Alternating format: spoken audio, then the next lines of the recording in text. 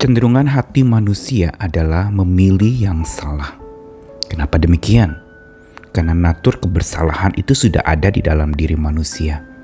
Ketika terlahir, manusia bukan tabula rasa atau lembaran kertas putih yang suci tanpa salah. Dia sudah bawa natur berbuat salah. Ada natur kebersalahan yang ada di dalam dirinya. Karena itu ketika dihadapkan pada pilihan, kecenderungan yang dipilih, apalagi dengan nalar yang diberikan sebagai hak untuk bisa memilih, dia memilih jalan yang salah. Juga oleh keinginan daging atau natur kedagingan yang ada di dalam diri, cenderung yang dipilihnya adalah jalan yang tentu saja memuaskan hati, menyenangkan diri, tetapi tidak lagi melihat kepada Tuhan yang menentukan dan mengajarkan seseorang untuk ada di jalan yang benar.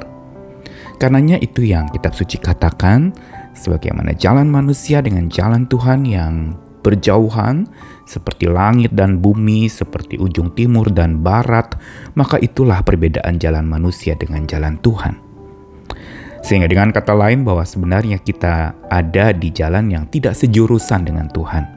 Kita ada di jurusan kedagingan sementara Tuhan memimpin kita dalam jurusan kerohanian. Dan seringkali ini menjadi bertabrakan. Kita asik dengan jalan kita sendiri, tapi ketika kita ada di jalan yang kita dapati salah, kita lalu kemudian bisa menyalahkan siapapun termasuk menyalahkan Tuhan. Karenanya sebenarnya Tuhan sangat ingin dan antusias, bahkan senang sekali bila kita sejurusan dengannya. Apa maksudnya? Saya Nikolas Kurniawan kembali menemani di dalam Sabda Tuhan hari ini, Mazmur 25 ayat yang keempat sampai yang ke-10. Saya bacakan dari Alkitab versi Firman Allah yang hidup.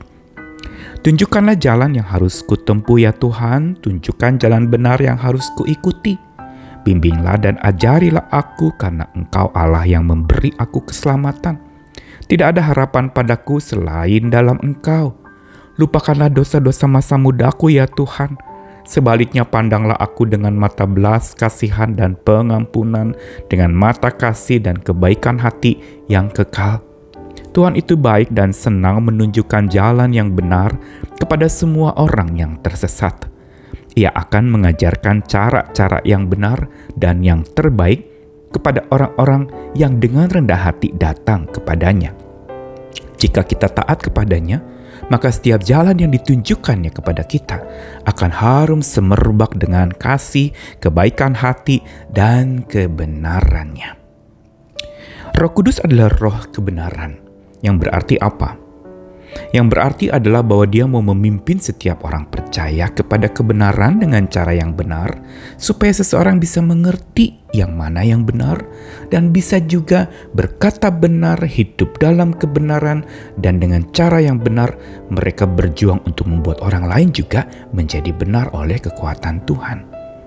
Namun seringkali hal ini menjadi sulit atau diabaikan oleh manusia atau orang percaya, karena masih asik dengan jurusan yang dia pilih dalam jalan hidupnya. Jurusan yang dia pikir itu adalah sesuai dengan maunya dia, mimpinya. Setiap kita punya ekspektasi, punya apa yang diharapkan, punya mimpi-mimpi yang kita ingin itu terpenuhi dan terlaksana. Sehingga saat dimana kita kejar mimpi kita kejar dengan jalan kita, dengan cara kita, tapi melupakan jalan yang utama dalam hidup kita, yaitu jalan Tuhan Sang Pencipta kita yang sudah dinyatakan kepada kita itu, maka kita akhirnya menjadi makin jauh. Dan ketika makin jauh kita tersesat, kita ada di jalan yang salah. Dan seringkali orang yang berada di jalan yang salah itu merasa bahwa Tuhan tidak ada di jalan yang salah. Atau sebaliknya, dia menyalahkan Tuhan seolah dia ada di jalan yang salah karena Tuhan yang menuntun dia ke jalan yang salah. Inilah biasanya orang yang ada di jalan yang salah, dia akan mempersalahkan orang lain atau mempersalahkan penyebab kenapa dia ada di jalan yang salah. Tetapi Tuhan kita justru sebenarnya bukan seperti itu. Tuhan bukan menuntun seseorang di jalan yang salah. Dia tidak pernah mau menuntun kita ke jalan yang salah. Sekaligus yang kedua adalah bahwa pimpinan Tuhan tidak pernah salah di dalam kita berjalan, menjalani hidup ini. Sehingga walaupun kita ada di jalan yang salah atau terjerembab di jalan yang salah, Anggaplah itu sebagai Tuhan yang mengizinkan kita ada di jalan yang salah. Walaupun bukan Dia yang menuntun kita, tapi Dia mau menyertai kita di jalan yang salah itu untuk keluar dari sana. Bukan memimpin di jalan yang salah, Dia setuju dengan kesalahan kita.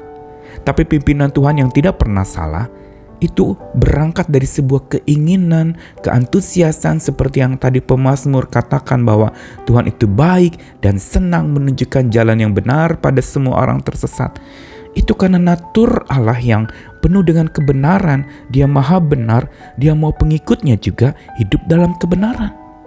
Dan ini yang Dia mau.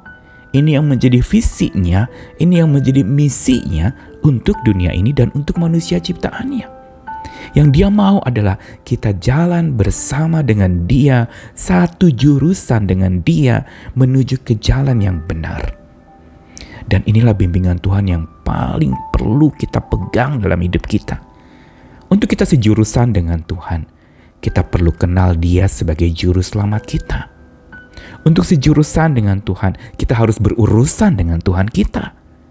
Karena tanpa berurusan dengan Dia atau tidak mau diurus olehnya, kita tidak akan pernah bisa sejurusan dengannya.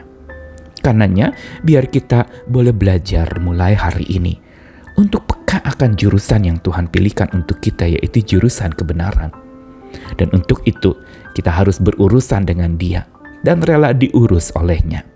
Sehingga kita tidak ada lagi di jalan yang salah. Dan kalaupun kita masih ada di jalan yang salah, ingat Tuhan tidak sedang meninggalkan kita. Dia sedang menuntun kita, menunjukkan jalan yang harus kita tempuh. Hanya seringkali kita pendam atau kita pudarkan, kita tutup telinga kepada suara Tuhan. Saat kondisi susah, baru kita sadar, oh saya salah. Sebagaimana pemazmur yang begitu rindu untuk Tuhan menunjukkan jalan baginya, membimbing dan mengajari dia untuk ada di jalan keselamatan itu, dalam jalan pengharapan itu. Dan dia juga datang kepada Tuhan dengan memohon, lupakan salah-salah masa mudaku ya Tuhan. Dan pandanglah aku dengan belas kasih dan pengampunan, dengan mata kasih dan kebaikan hati. Dan Tuhan senang menunjukkan jalan benar kepada orang-orang demikian, yang tidak asik dengan kesesatannya, tapi berjuang untuk keluar dari kesesatan itu dan menyadari kesesatan itu. Dia mau berurusan dengan Tuhan dan dia mau diurus oleh Tuhan. Dan inilah yang membuat dia sejurusan dengan Tuhan. Tuhan ingin mengajarkan cara-cara yang benar dan terbaik kepada orang yang rendah hati datang kepadanya. Dan kalau kita sudah sejurusan dengan Dia, setiap jalan yang ditujukan kepada kita, itu dikatakan dalam kitab suci tadi, harus semerbak dengan kasih, kebaikan hati, dan kebenaran.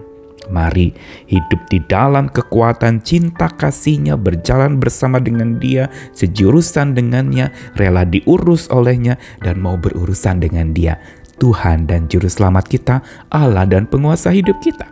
Selamat berjalan bersama dengan Dia, putuskan hari ini berjalan dengan Dia. Amin.